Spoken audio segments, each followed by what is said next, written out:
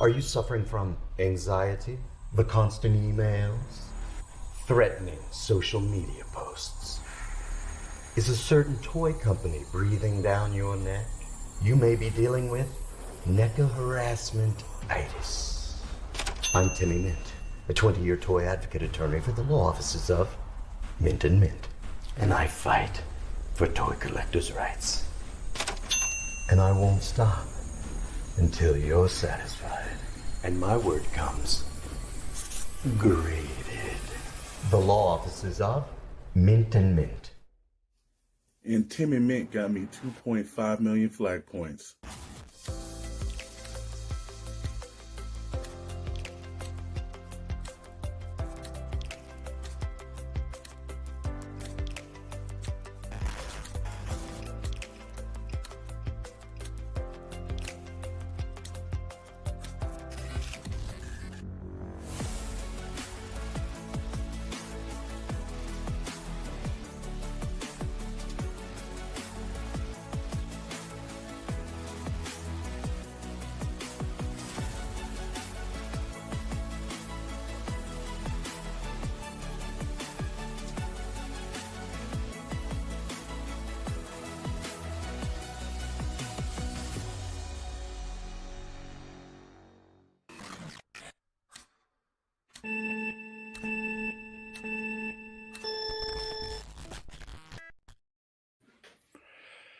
Ladies and gentlemen, welcome to Pixels, Plastic, and Ink. Oh boy, tonight, Christmas is going to get a little darker. That is right. We are diving in to Christmas and holiday horror films. You thought black coal in your stockings were bad. Well, how about some DVDs of these movies? We can't wait to talk about them. Nothing says festive like Santa with a body count. And speaking of horror, the new Superman trailer dropped. Does the man in red and blue have enough to salvage 2025? Or will he board the Polar Express on the way to the box office graveyard with the likes of Craven, Madam Web, and Venom? Oh, it's going to be a fun night. Grab your hot cocoa and sit with us this evening. This is Pixels, Plastic, and Ink.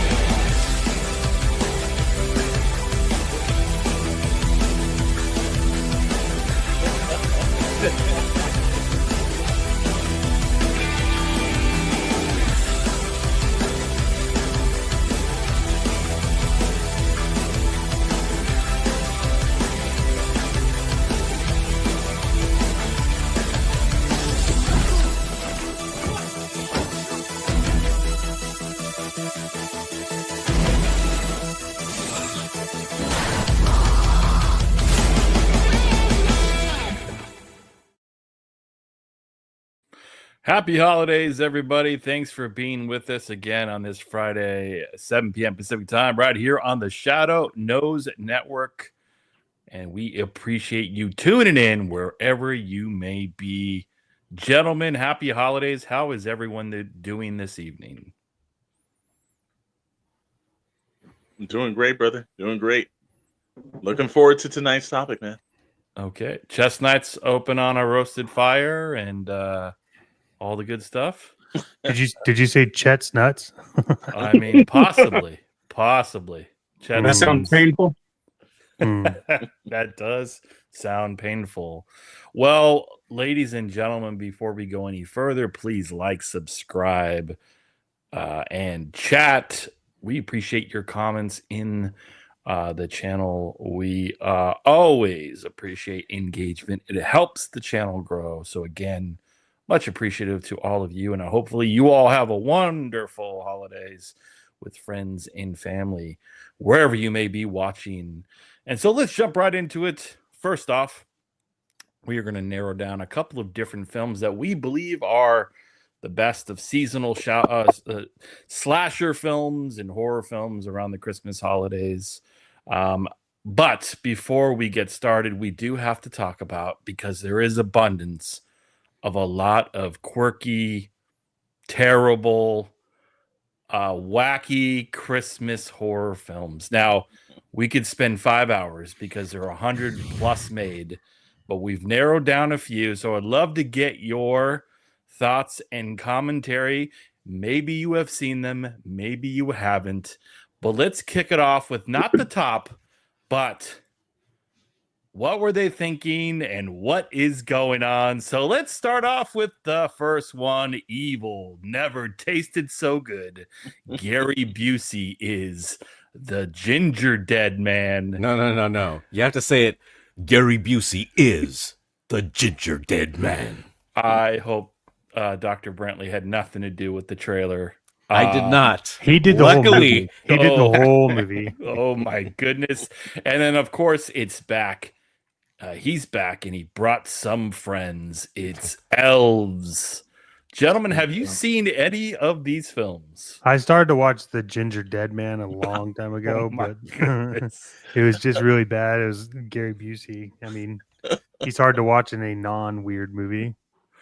Now, was he actually in the movie or just doing a voiceover of a didn't get that gingerbread character? He's actually in the movie. I've seen both these movies, and they are just as much garbage as you think they are. Looking at the at the art, they honestly look like they were student films. To be honest with you, they're just really bad. I've seen Canadian television series that were filmed better than this.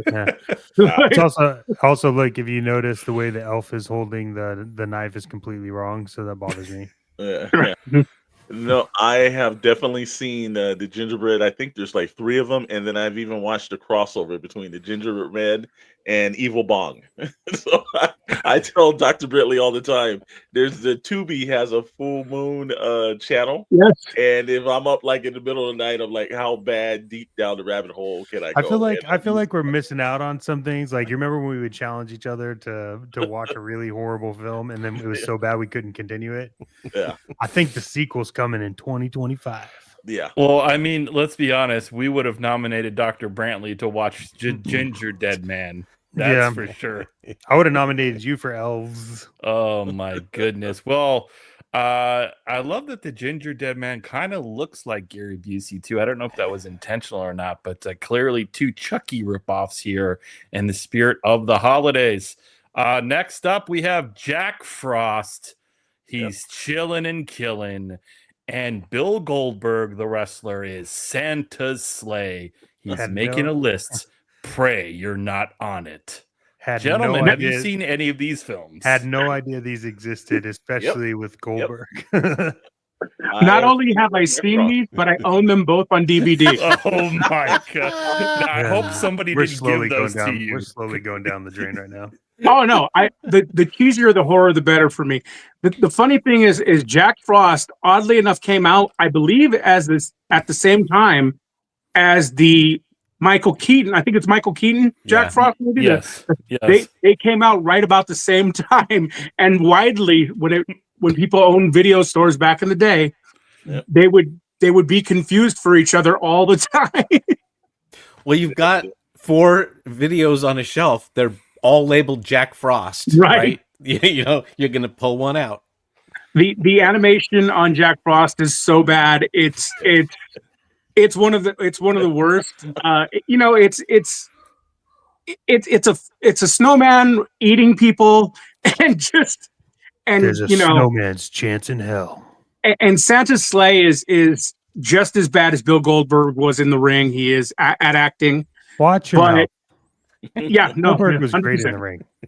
Yeah, right. He was excellent. he was. I mean, they gave him lines, which is something you shouldn't do. Yeah. You know, but they had some very inventive kill scenes in this movie, though. I can tell you that. Goldberg managed to kill people with some of the weirdest stuff. So I would have been more impressed if you said you had the HD DVD of this. Hey, Well- it's in widescreen. I'm impressed with that.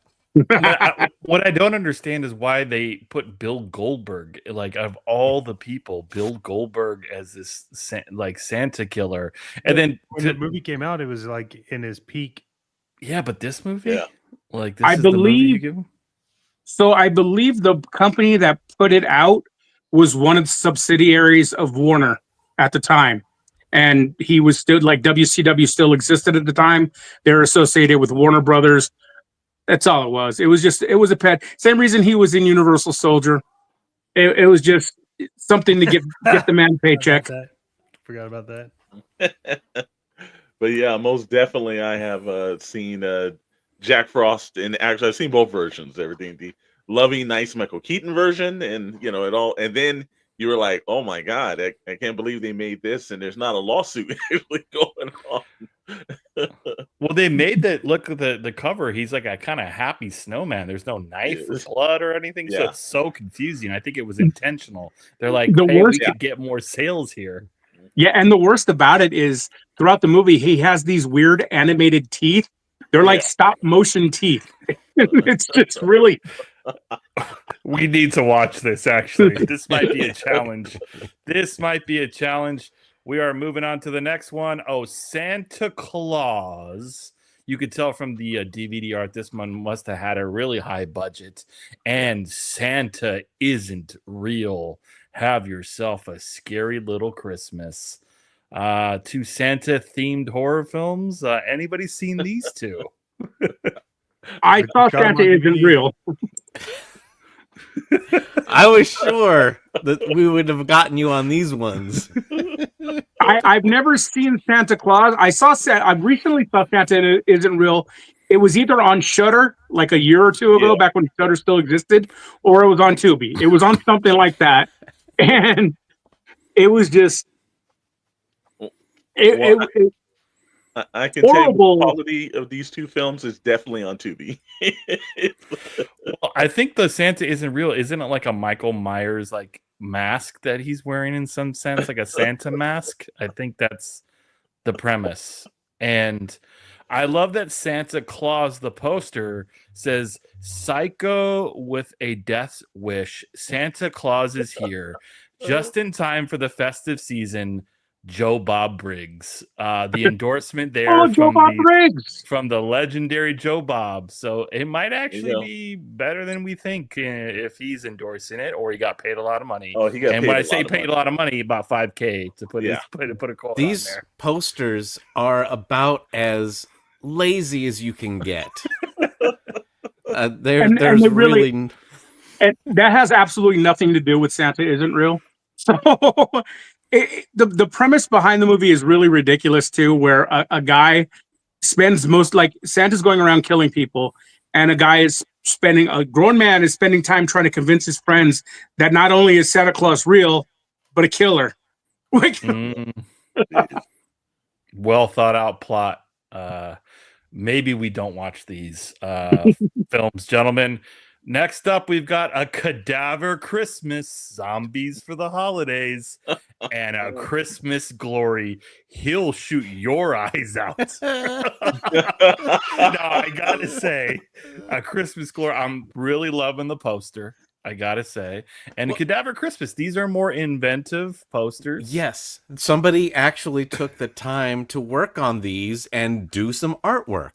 It's a little bit different, you know. Now I don't know how good these films are, but it's definitely something like if you're a horror fan, it would be look good in a room for the holiday season. It looks good on a video shelf. They spent all their time and budget, I'm assuming, on the art. You know, once again, this is something that looks like it was filmed on maybe a VHS, a camcorder at the best for as far as Cadaver Christmas.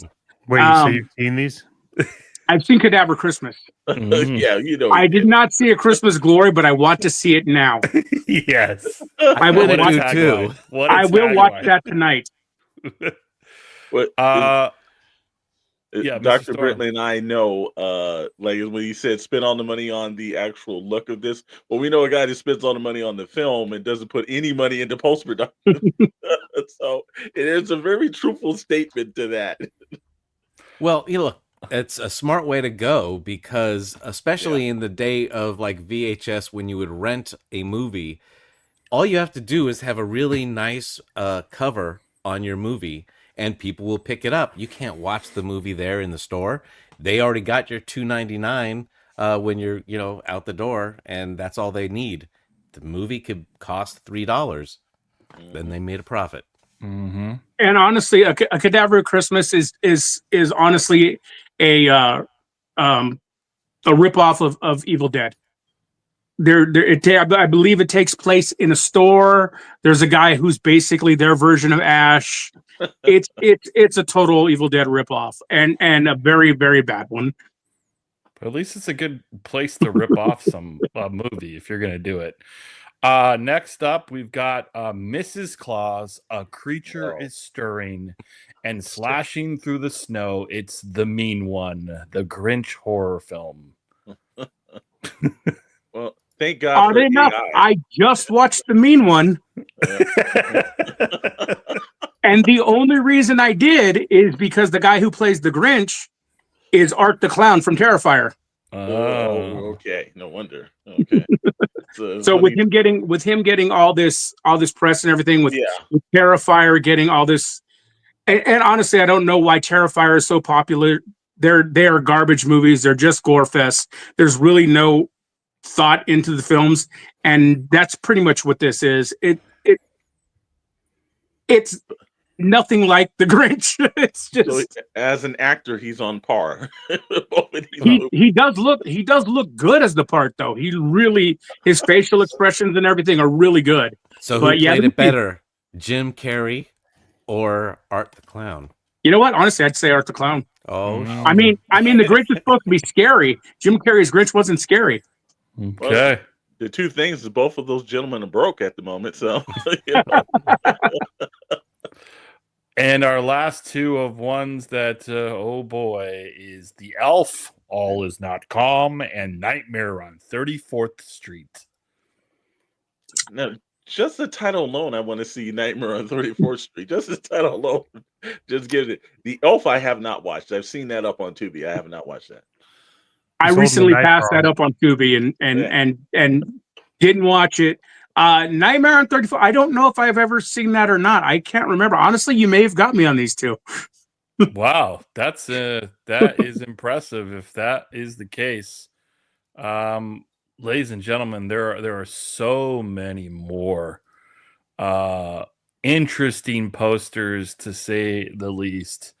But if you want to challenge yourself, as Richard has, to sit through some of these, proceed if you dare. But now we are going to move on. We have nominated a few of the best kind of holiday themed horror films, and we are going to start with the first one. Let's talk about it. Good old Krampus.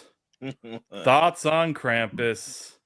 actually pretty decent Rotten It was. Tomatoes, made some money. So we have to consider it as one of the top ones around the holiday season. It's worth the watch. It's it's Dave, a lot of great characterization, the makeup, the things like that. It's a pretty good one actually.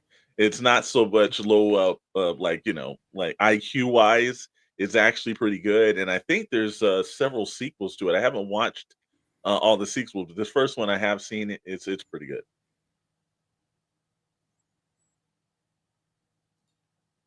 Any other Yeah, thoughts on Krampus? I think all in all, they pulled out a decent movie.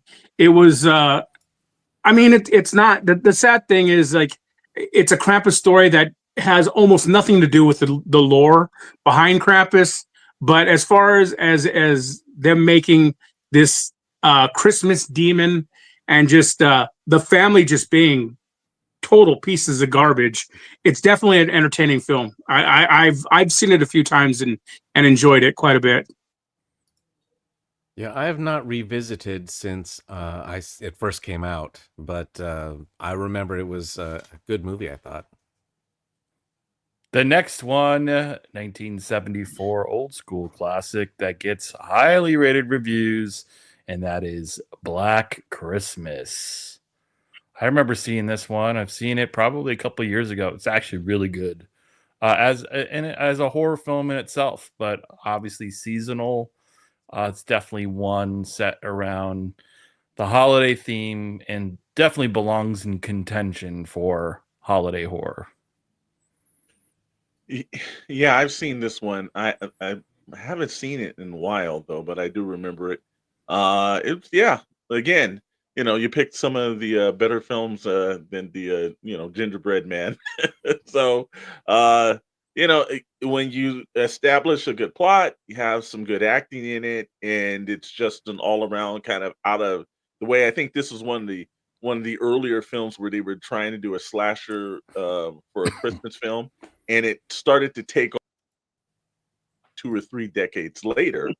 But the thing that I see now is that it's usually serves at you had this obviously somebody that acted like they were a serious filmmaker try to make an actual film, and the problem with some of these other ones we've seen on lists, that's not happening. It's just somebody that comes up with a plot and they're just throwing out crap, especially if you have Full Moon underneath it.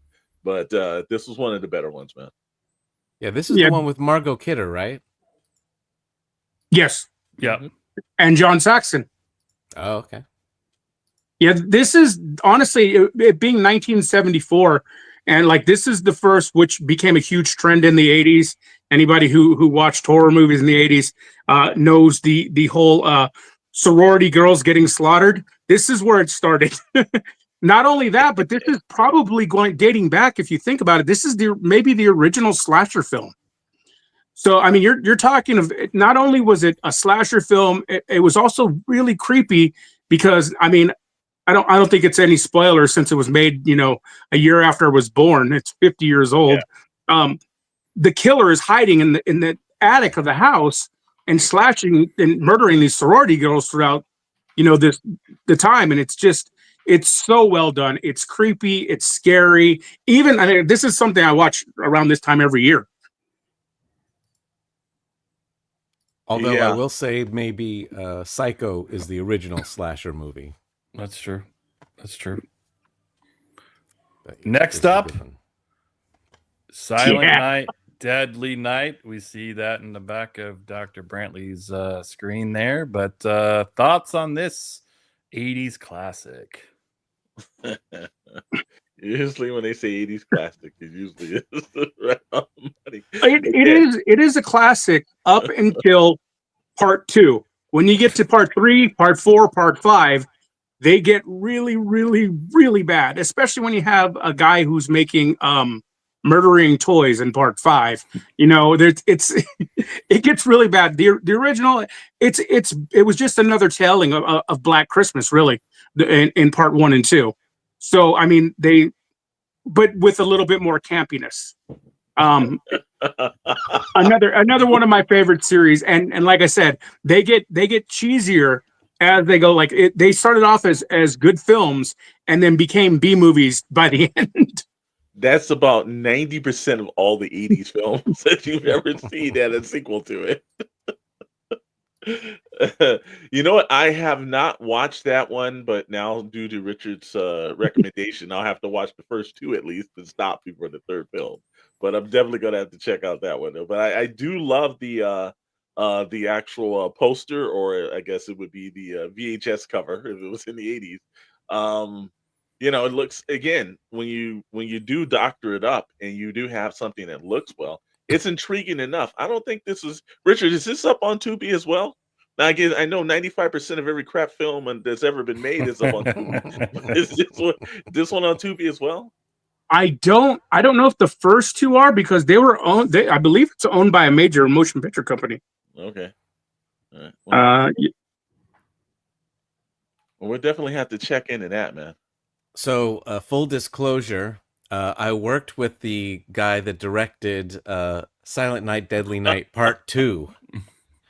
So he didn't do the original, but he was one of the biggest trailer editors in the 90s and early 2000s. And, he retired, but he probably still would be today if he came out. But, it doesn't translate well, I don't think, the trailer editing to directing. Well, I mean, it's part 2. I guess it's the best of the sequels. Yeah, the first two are on point. They're actual films. When you start getting a little later in there, that's when they were just I don't know. They were hammering home that property for no reason. Do we have Santa and some blood? All right, throw this name on it. Bliss Transmission wants to know, is Polar Express on the list? Possibly. Or Home Alone 3. There's a lot of horror films. That movie, I know Home Alone 3 should have made this list. But yeah, Polar Express traumatized kids in the theaters. All these dead-eye little, characters. I did not like it. Transformers the movie and Transformers 1. Yeah. Next up, during the holiday seasons and the holiday break, what creepier movie to watch than The Shining? Folks, what do we say about Kubrick's greatest? Well, we say that South Park did it better. I will say The Shining was, if you were born in the 80s, it was your favorite uncle that came in and had a couple of drinks and the same damn thing happened. Great movie. Stanley Kubrick is one of the amazing. Fortunately, I found that that Stephen King said he did not like this movie, actually. He actually hated that movie. Yeah. And that was kind of interesting on that. But I thought, out of all the stuff that they've made on this, out of all the Stephen King movies, this one was like, there's a lot of sick, twisted stuff, a lot of mental illness kind of issues and things like that, alcoholism and all the rest of these things that's going on, isolation that's going through this time. So Stanley Kubrick was ahead of himself when he did this movie. And, again, that to me is, if you get something from like a book and you adapt it and maybe the author doesn't like it, but it actually goes and it makes money for the studio, then the director did his job, and because most of the Stephen King work, some of the stuff goes good on the screen and about 95% of the stuff is crap. But this is one of the films I can watch this again and again. Jack Nicholson's fantastic in this movie.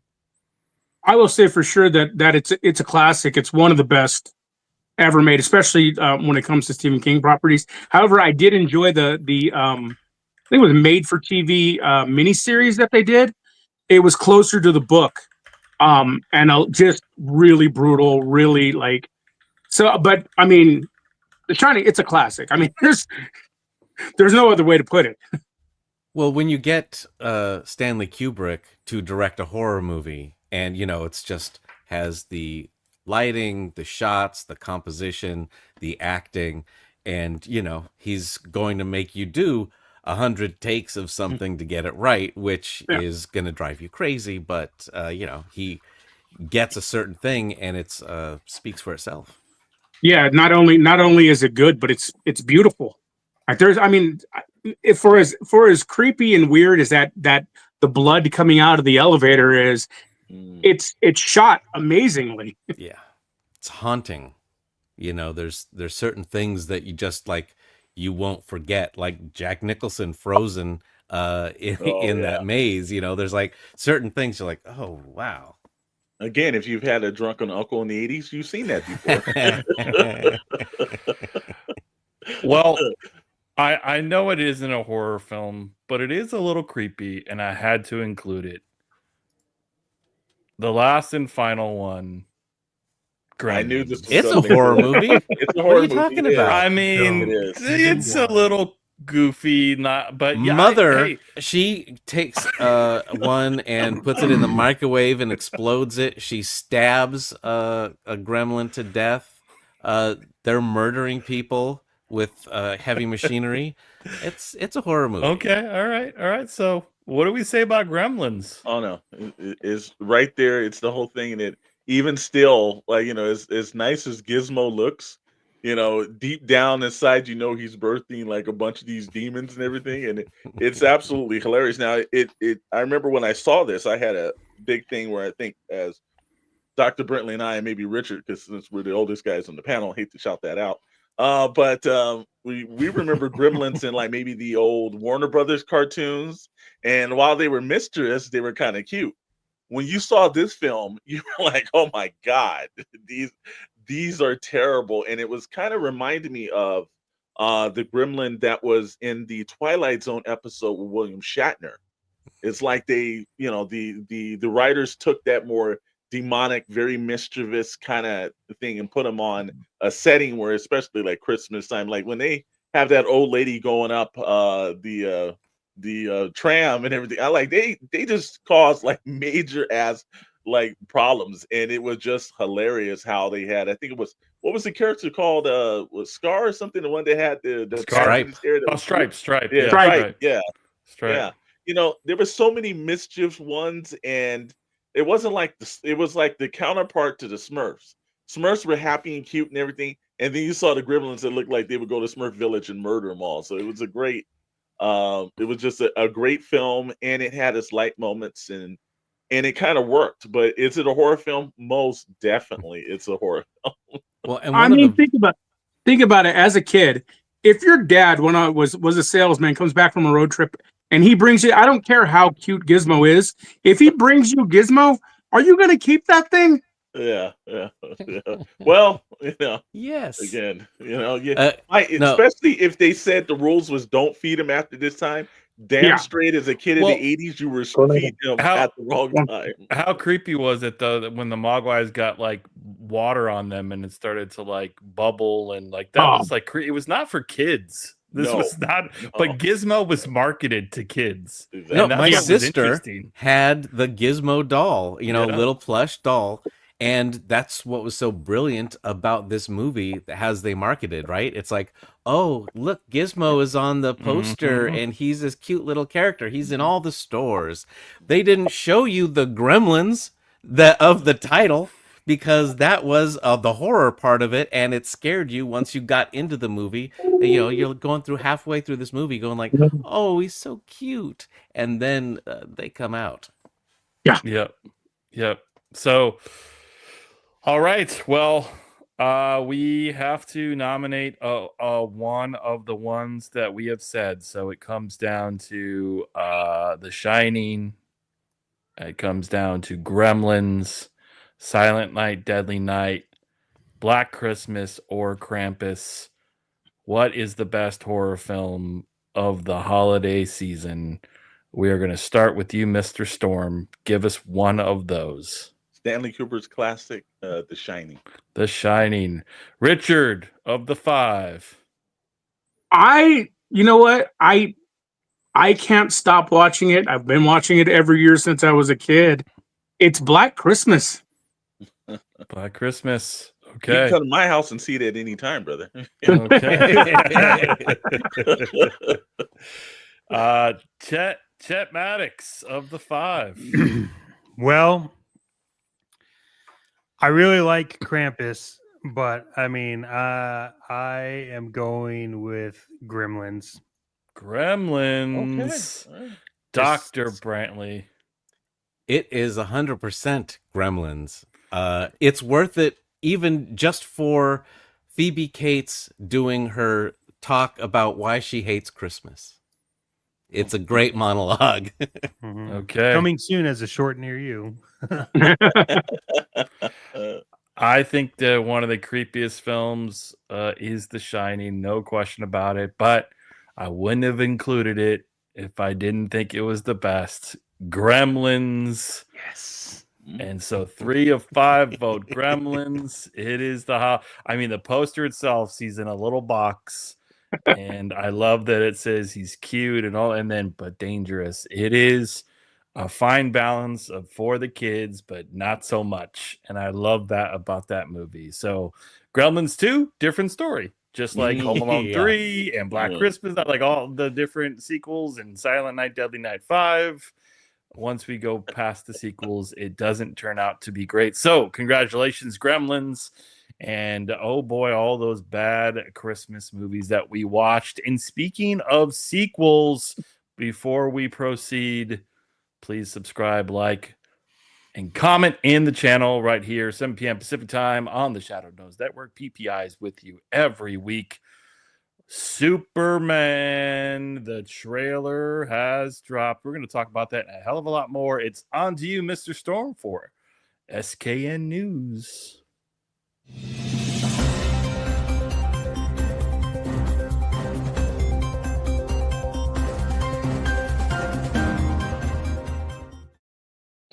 Get over there later. And as we say, from our world to your world to everything in pop culture, it is SKN News. And tonight we start off with breaking news that just popped up just a couple hours ago. So we like to be the first to say that we actually brought this to you, but no, the fine people at Variety did.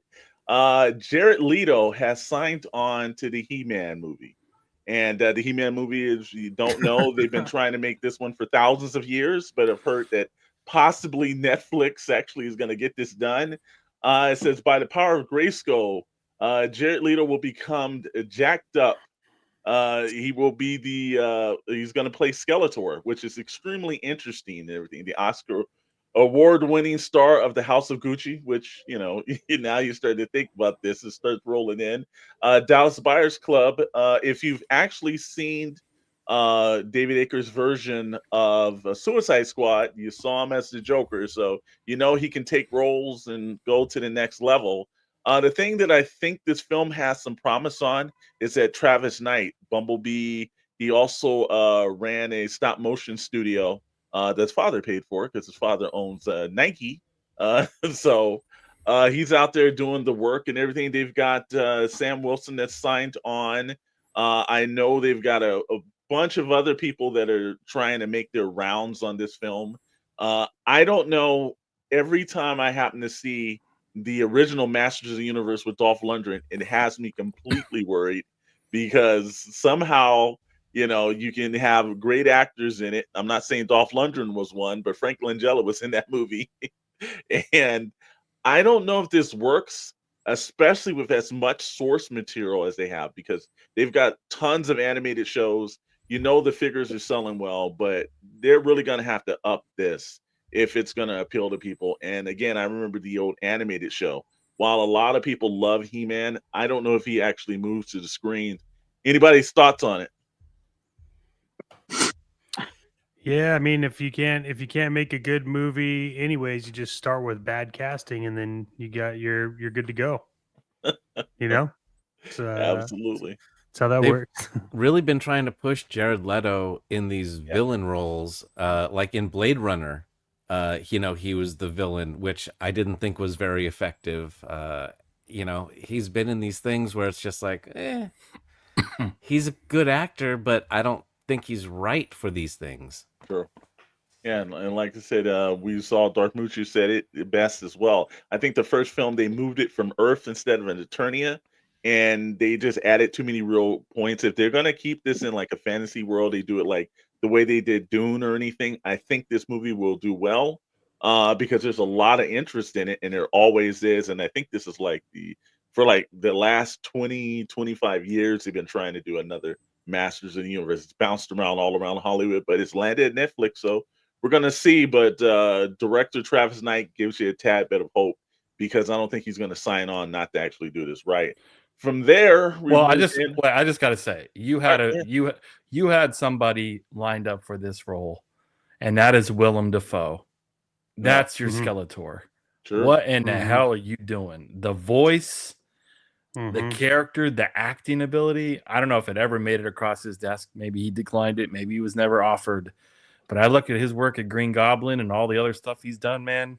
Woo, that would have been a powerful Skeletor. But I ain't sold on Jared Leto.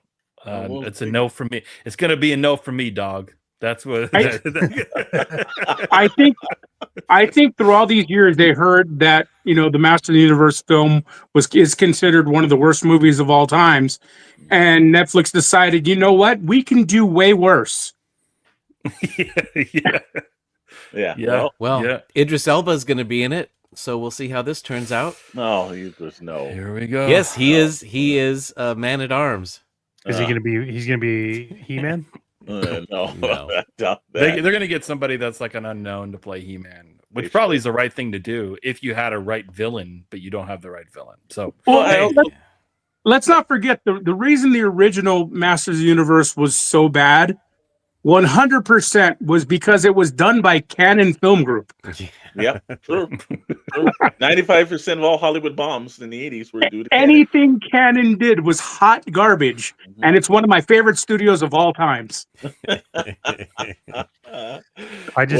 sounds like a podcast in the making. Canon Film Club. Definitely need an unknown for this film, since it murdered Dolph Lundgren's career. It's probably going to kill the next person. So. Well, the only thing I'm requesting from this film is that they do the Four Non-Blondes "What's Going On" song with He-Man. I don't know if you've seen that on YouTube, but that's what I'm picturing Jared Leto holding the sword. Oh man. The funniest thing is when you talk about the original Master of the Universe movie, when someone actually informed Sylvester Stallone that they cast Dolph Lundgren as He-Man, Stallone looked at whoever he was talking to and he said, "You gave him lines?" That right there tells you something. Man. Yeah, we can all make fun of Dolph Lundgren as much as we want, but that dude started acting to pay off his like 4 or 5 master's degrees. Yeah. So. Yeah. Well, I'm a huge Dolph Lundgren fan. Don't get it wrong. Including the Masters of the Universe that he got a master's degree in. Okay. Moving on to the next one. Everybody in town is talking about this, and I will say this before we start this piece. There's a lot of fanboy smooching on the back of the behinds of James Gunn. Let me tell you something. I'm just going to put this out. I wish we would have put a graphic. Simp. Can I tell you something? This looked like crap when it was coming across. This is probably the world's greatest dumpster fire to ever exist. And I was talking to a friend of mine, and he sent me the trailer, and I was like, "Yeah, it's trash." And he said, "You've lost your spark then." And I was like, "That's cool. I'll go find it somewhere else." This was like the memes that are coming out for this film, by the way, are just pointing out the truth. Rad, I know you sent over one where it had the budgets for each Superman costume, and then it had like I made that. Oh, did you make that? Okay, I made the Six Flags costume. I made the Amazon cosplay costume. It's such garbage. And then also like I don't know. I'm just not sure about that dog, and I don't know what the fuck the film is about. Okay, I don't know what the trailer was for. So all it did was show everyone, see, told you we should have used Henry Cavill. That's all it did. Yeah, I think there's a lot of hate online where people are saying, "Oh, well, if you don't like this," and I know there's people that's going to be on the Snyderverse. Look, if you're going to just run with your same Suicide Squad, if you looked at that Creatures Commandos that's on Max right now, and they reference every 100% the actual Snyder universe because that Suicide Squad, the second one, was still in that universe. And then he says he's keeping Peacemaker, but yet he's going to change out the Justice League. You could have kept in 100%. You could have kept Cavill and everything. And then I just saw Darth Moocher's thing in Gun We Trust and everything. You keep doing that, brother. Yeah, you keep doing that. Pull the trigger on this one, because he's Moocher. already made a Superman movie before, and that was crap. So It did not work. in other words, if you want to know what the film's about, it says, and very vague and everything, Superman's journey as his alien heritage to human family is explored. Okay, that's the plot of every Superman movie. So we're gonna see, but I will say this very rarely in fandom. There's a lot of simping from a lot of the fanboy groups, and that wasn't the sentiment that happened for Snyder or anybody else and everything. James Gunn has always done one good thing, make a mockery of anything else that was actually good. And the reason why they gave him Guardians of the Galaxy, they could not trust him on anything else. And let's be honest, there's 7 people that had the job that was offered to them as the head of DC Studios, and all 7 turned it down. Now, I don't know about you, but I've been on job interviews before. If they told me I'm the 8th person that they brought in and all the 7 didn't take the job, what does that sound like to you? You weren't really qualified. They didn't get 7 of the best. And James Wan was on top of that list of the Conjuring universe, just to go tell you something. So if you got faith in Zack Snyder, you say your prayers right now, because that's not going to happen. So we're going to roll on. Well, no, we got to talk more about Superman. Yeah. Here. Okay, go ahead. We got to talk about Superman. Go ahead. Because I think you like I know we were trading text message. I don't think the trailer was as bad as you all feel, and everyone's entitled their own opinion. Was it perfect? And no, but there were some highlights there. The suit is terrible. I just think it's not like you look at Cavill's suit like that. Superman in the suit means a lot, as does Batman. You look at that and it's just iconic. And I don't know, here, just my take and a lot of the internet's take, it's off.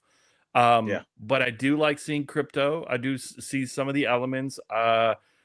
James Gunn's made some good stuff. So I think it's probably more of just hope that this kicks it off, right? Like, I think a lot of people, DC fans, Supes fans, this could be good. There's some good actors in this. Maybe there's an opportunity with the trailer cuts. I love seeing Crypto though. That was cool. I know some of you are like, I think Chet was like, "F that dog," but I thought that was a cool scene. Well, maybe because my dog looks like Crypto. That could be the case. But I think ultimately it's $365 million budget, high expectations. Probably will not live up to it. But I don't think the trailer was as bad as people think. I think there's just a lot of, because of the shit that he said in the past and being a bit arrogant, of course, people are going to come in with fists blazing. And I get that. And so he has to deliver and over deliver. And I don't know, it's very early, if you're going to be able to do that, right? It's different if it was unknown, but I think everyone's expecting this to be Guardians caliber. Man, here it is. This is the future of the DC universe in the red cape. And so right now the trailer was okay. It was okay.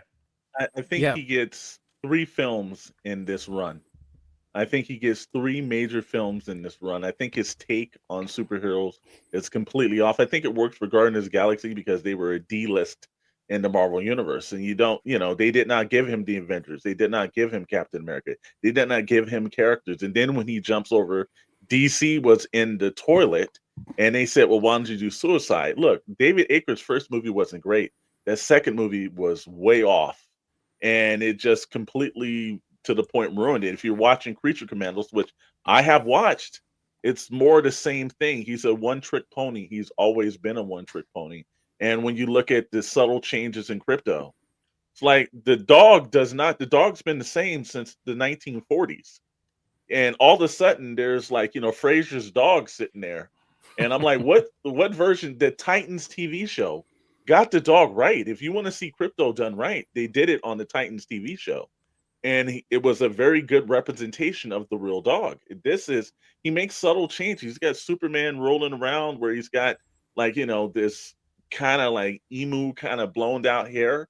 there's a lot of things that James Gunn incorporates, and I'm surprised that his brother's not in this, his cousin. I know his They are. wife is and everything else, but it's just one of those aspects where I think that people are like, they're clapping up and down, but this guy, so far, he's had a whole year to run DC Comics. What changes has he done other than, I guess, Jim Lee's going to draw 6 issues of Batman? Like, this is the kind of thing that we're getting. You animate yourself into the Creature Commando show, because it's written by James Gunn, but you had to specifically animate yourself into the show. It's these kind of nuances that I'm like, and I will say this again, the guy's just a one-trick pony. And this film, $360 million, and people were scoffing at Zack Snyder's budgets.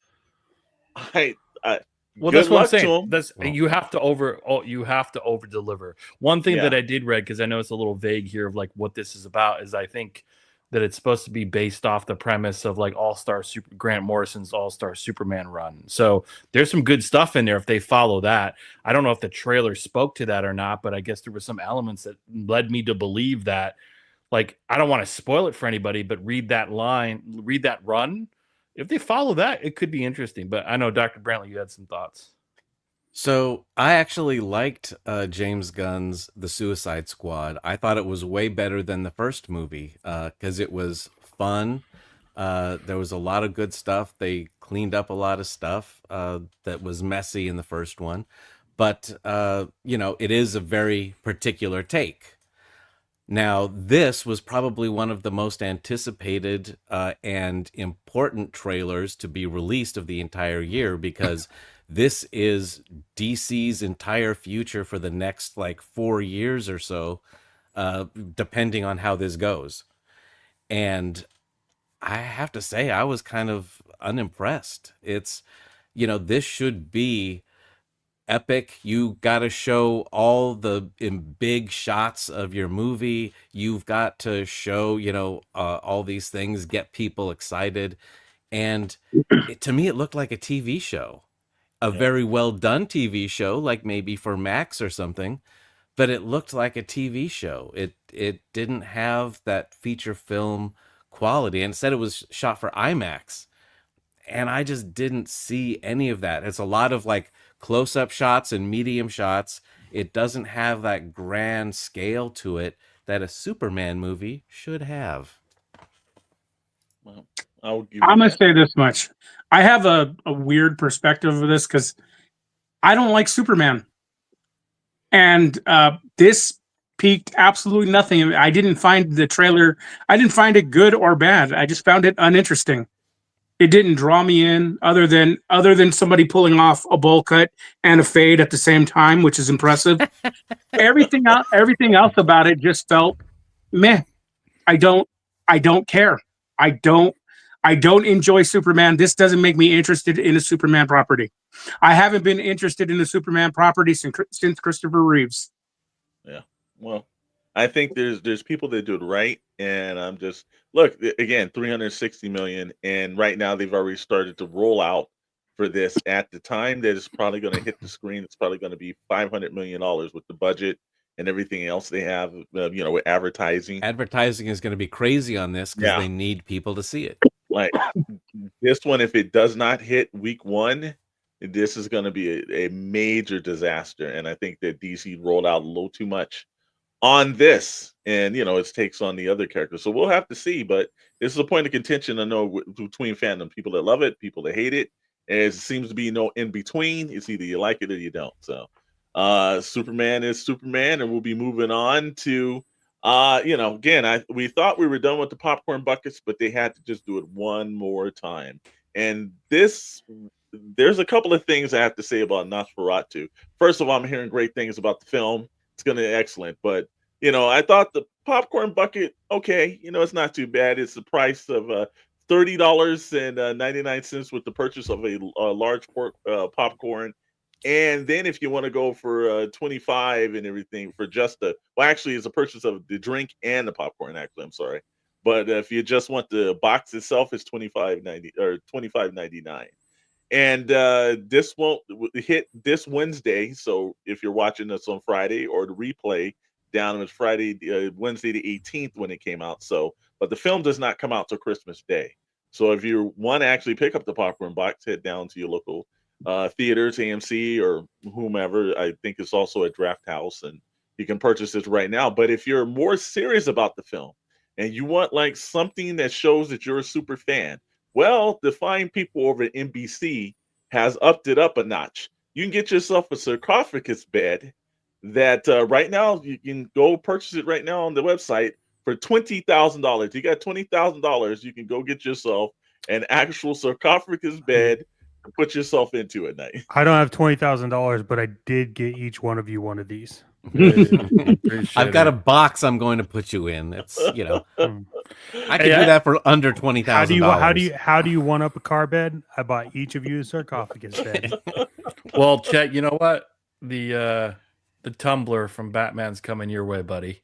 Yeah. Now that we're exchanging movie props, you got it. Nailed it. I gotta say, regardless of this popcorn bucket, Robert Eggers, this director, man, 4 in a row of hits, man. Yeah. Like this guy, this movie's getting incredible reviews. All 4 of his films have been super unique and kind of shot in a very different way. The black and white, is Nosferatu black and white? Is this film in black and white? Do you all know? No. It's not. Okay. But I'm stoked, man, to see this. I mean, when you say Nosferatu and Willem Dafoe, that's all.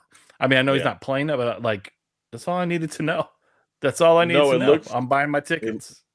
It looks extremely good. There's a lot of great aspects into the work that I've seen that so far they've been putting up. It looks, I've heard atmospheric wise, it's right on there. It has very good elements. It's creepy. And you're looking at all the merchandise. Look, they're rolling on a $20,000 bed. They're not banking on this not to be a film that's going to draw somebody's interest. I don't know who's buying that. I know Diddy's locked up, so this company's bed won't be going over to his house. It's not even just that. The fact that Nosferatu and already they have some amazing shirts, some throw blankets and stuff like that have come out. Like for a horror movie that's not your poppy slasher film or something like that, because this is generally a thriller that's really creepy. For to put out the merchandise the way it has already is really impressive. Not only that, but I don't know if you guys seen how they put out the soundtrack on vinyl, and they did it old school where it's one of those vinyls that you hold it up and it bleeds. Oh man. They put out some really ingenious stuff, and I think they're definitely going to make their money back. Yeah, that's awesome. Yeah. Christmas Day, this is in theaters, and I plan to watch this. You have my ticket. Look forward to that. What says Christmas like Nosferatu? Exactly. And Pixel Plastic. We rolled this down to two more classic characters enter the public domain in 2025. So on January 1st, at the stroke of midnight, they will, like the previous year before, you lost Mick Bell, Steamboat Willie now. And then they've done that a couple of years before. It was Winnie the Pooh. Well, guess what? Now it's the famous saying of a man said, "I am what I am." Popeye and Tintin, him and his little dog. So now, if you've noticed that what they did a very crazy Steamboat Willie version of a horror film. And then they also did the film that has 2 direct sequels with Winnie the Pooh. So I can only imagine what Tintin and Popeye's got coming for us next year, but I'm pretty sure it's going to be in the box office graveyard awards of it. So when you're speaking of the Pooniverse, by the way, that's what you're talking about with Winnie the Pooh, Blood and Honey. There is, not only do they have Winnie the Pooh, but they have Bambi. There's a whole, and they're bringing together like a slasher version of the Avengers. Just so you know that. And the Popeye horror movie has already been made. I know. It has not been released yet. Oh, I thought that was the one with Robin Williams in it. I'm sorry. Oh no. There is a legit where Popeye is basically a ghost on a ship that some kids go and they're he pulverizes them, and it hasn't been released yet, but there are little teasers out there for it. Probably wait until the 1st of January. I'm sure they are. I want to see a Popeye like badass like action film, man, where he just takes care of the business and just beats the shit out of everyone. That's what I want to see. Popeye like a John Wick. Oh, there you go. I love it. Popeye Yeah. Wick. Oh, It's actually called Popeye the Slayer Man. Okay. That makes sense. I want to see that poster. That makes sense. Well, all I can tell you is that it will definitely be popping up now on January 1st. So January 2nd, that'll probably be starting to hit some And of the pay-per-views. if I'm not mistaken, Tintin has crypto down there. Yeah. Looks like. That's true. Put a That's cape true. on them. Put a cape on them. I can't wait to watch these both on Tubi. Yeah. Coming Oh, to yeah. the Tubi channel near you. 95% of all bad movies is done on Tubi. On to the next. Jim Lee's second time around, actually. This one Nice. is for Jim Lee is coming out of pseudo month-to-month work for this Hush 2. You know, you gotta say Jeff Loeb is back with him. Hush 2 begins in Batman number 158. And that will hit on March 26th of 2025. And will be dubbed as Batman Hush 2 with the actual age 2. You know, will run monthly for 6 issues through August through Batman 163. Then a second set of 6 issues will run in sometime 2026. So, you know, right now we've got on the screen, there's a couple of images that Jim Lee's done. You've got the cover to Batman 158, if you remember the first run that he did nearly 20 years ago. Well, actually almost about 20, close to about 24 years now. He also did a grand Batman image that has became very iconic at DC Comics. But he's brought in a couple other people to help him with some variant covers. You've got J. Scott Campbell. You've got Tony Daniels, which at one time was a regular artist on the Batman books. And the one that everyone else is kind of saying that they're extremely happy to see because he does one of the best renditions of Batman. And we're going to flow it over to Sean Gordon Murphy is actually, so we'll just kick up some of his artwork right here. But, and that's also a double page spread by Jim Lee as another variant cover to that. Looking at some beautiful work here. And hopefully Jeff Johns and Jim Lee can pull this off because they haven't worked together in a very long time, and they are kind of taking a character that I think people were pretty well happy with the Hush series from beginning to end. And I don't know if the characters need to be revisited. We've got to have one heck of an idea. I know Jeff Loeb with all the long Halloweens, he's made it work. So I'm sure he had a story to tell. It's nice that Jim Lee's coming back. Hopefully it doesn't take too long to get to the second set of issues because that is kind of unusual to have a break of like 12 issues and then we don't know how many fill-in months is going to be between. If it's the last one's coming in August, and hopefully they can get around to maybe sometime in December or January. Well, actually said 2026, so January, and they don't go on to something where it makes you wait till March and mark like a whole year. I don't know if that's going to work, but it's nice to see Jim Lee back. We're gonna roll with Khan. That was my best William Shatner kind of thing. Today, the Library of Congress has announced that 25 films are being added to the National Film Registry for preservation for 2024. Films added to the registry are chosen due to their cultural, historic, aesthetic importance to preserve the nation's film heritage. Submissions are considered to be made by members of the public. And this year there was over 6,700 entries, which one was Star Trek II, The Wrath of Khan, or like any other Star Trek fan will say the best Star Trek movie ever to be produced. If you don't know who directed this movie, it is Nicholas Myers, the only man that's really kind of gotten it right. And, it is one of my favorite films. It definitely needs to be preserved, and I'm glad they done it. But they've got some other films that made this the actual list, and let's go over some of these. Some we may know, some we might not know. 1974 is Texas Chainsaw Massacre.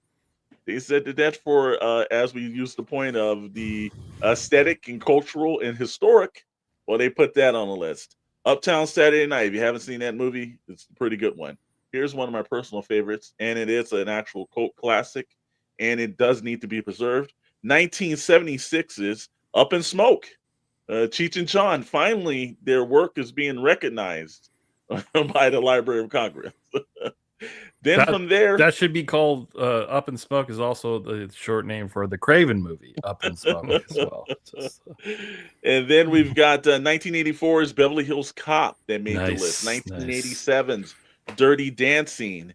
1992, one of the most horrific films about ever going to jail and gang life and everything, American Me. Mhm. They used to put that on at school to teach you that you don't want to go to certain places. And then from there, Adama will mess you up. It will. It will. And then from there, 2001's classic Spy Kids. It's made the list. What?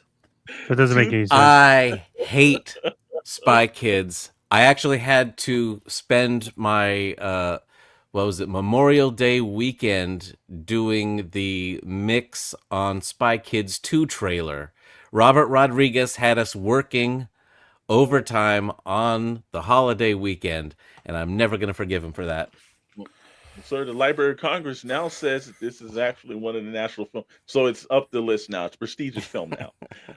From there, 2007's No Country for Old Men definitely deserves to make that list. And by Aaron Sorkin, 2010's The Social Network. So if you are looking for some films to put in to preserve for next year, well, the 6,700, we're putting in an entry this year. Let's get it up to 8,000 and see 25 films. I'm pretty sure that Darth Moocher would agree with me on this, but The Wrath of Khan barely nudges out the Return of the Jedi in the Star Wars franchise. Right? Like Star Trek, this was the best. I don't Star think Wars you're film, going to find a sympathetic ear with Mr. Moocher. Yeah, I mean it's the same universe. Well, the beautiful aspect on that is that we all know that it is, and Darth Moocher does have a reply back to you.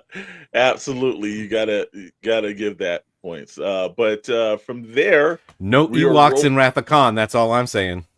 Hey, let's put it like this: you don't ever disrespect Ricardo Montalban, not only due to the Corinthian leather, but damn it, that man pulled off a performance with every part of it. Shakespeare, you've got a little bit of Herman Melville. It's all thrown in there. Nicholas Myers did a fantastic job.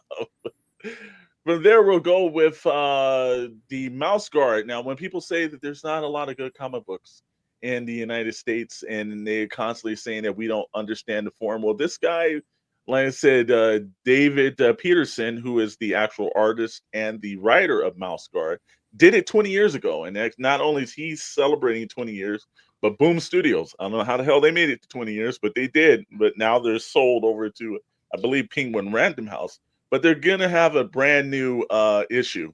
And it's going to be something that's a little different. He's going to actually do the writing of it, but he's got another artist that's coming in, Gabriel Rodriguez, who actually did Lock and Key. And if anybody's read that, first watch the series over on Netflix or have seen it over at IDW.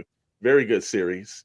Well, he's coming back with a new issue called Mouse Guard, Dawn of the Black Axe. And again, when everyone's like, talking about, dude, we don't have good American work that's being shown, and manga's doing it.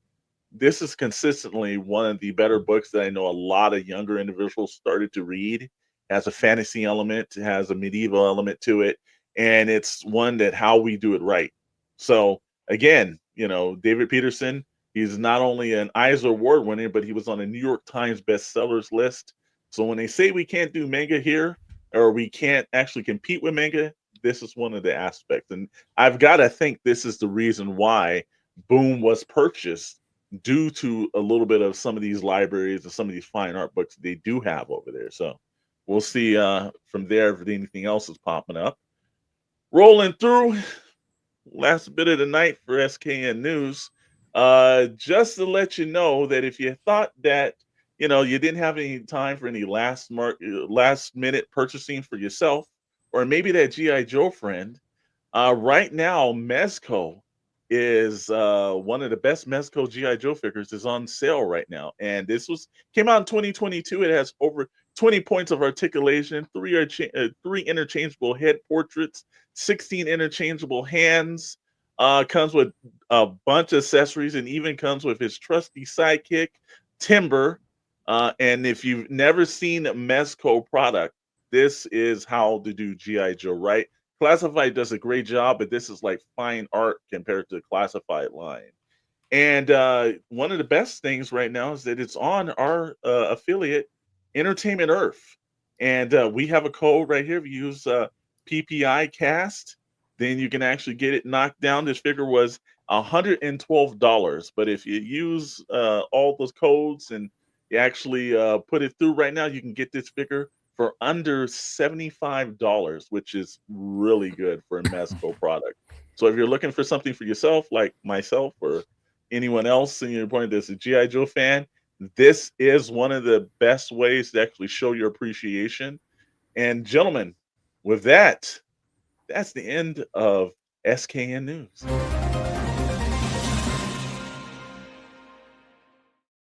That means they have a ton of those sitting in a warehouse, and they need to get rid of them. Sure. That's because the Commando version sold better. Yeah.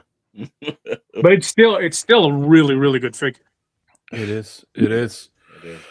Well, gentlemen, we awarded Gremlins the best holiday horror film during the Christmas time, and talked about all the things from James Gunn all the way down to Mezco. And so we are at the end of the show. And for those of you watching, we are excited because we are inching closer to our world famous Box Office Graveyard Awards annual celebration show. That's right, folks. Our version of the Razzies.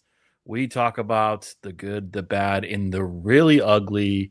And we can't wait for us to unveil the nominations and the winners as we get into a debate. So stay tuned for that update when that's happening on the Shadow Nose Network. Also, don't forget, every Wednesday, 7 p.m. Pacific time, right here on the network, is the Toybox Chronicles featuring Mr. Storm, Chet Maddox, Richard from KS Collectibles, as always, on the show, and much other special guests. So stay tuned for that. And plus, lots of other feature content that's available on the channel. So look at all the videos, all the lives, all that good stuff. But gentlemen, before we wrap up, any last tidbit of information before we say happy holidays and Merry Christmas to all? And we'll see them next week. Yeah, well, I just want to know who's really excited for the announcement that came out. I think it was may have been Monday that the announcement came out, but next Christmas we're going to get another remake, another classic starring Paul Rudd and Jack Black. We're going to get the Anaconda reboot. I'm sure everybody's been waiting for that. Yes, the lines are around the block already.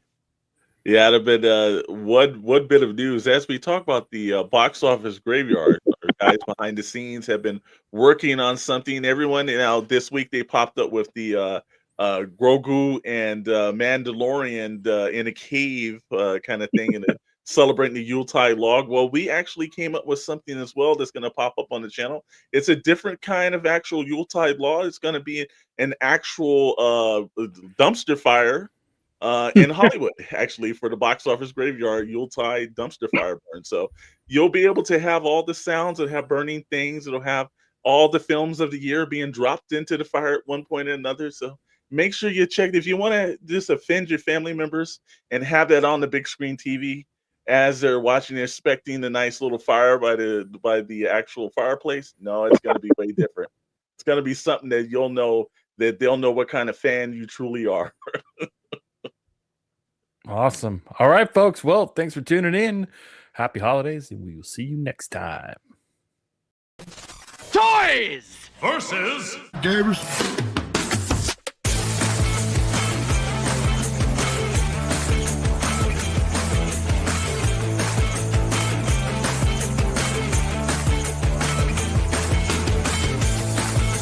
I'm here with the man, the owner. Tony at Toys versus Games.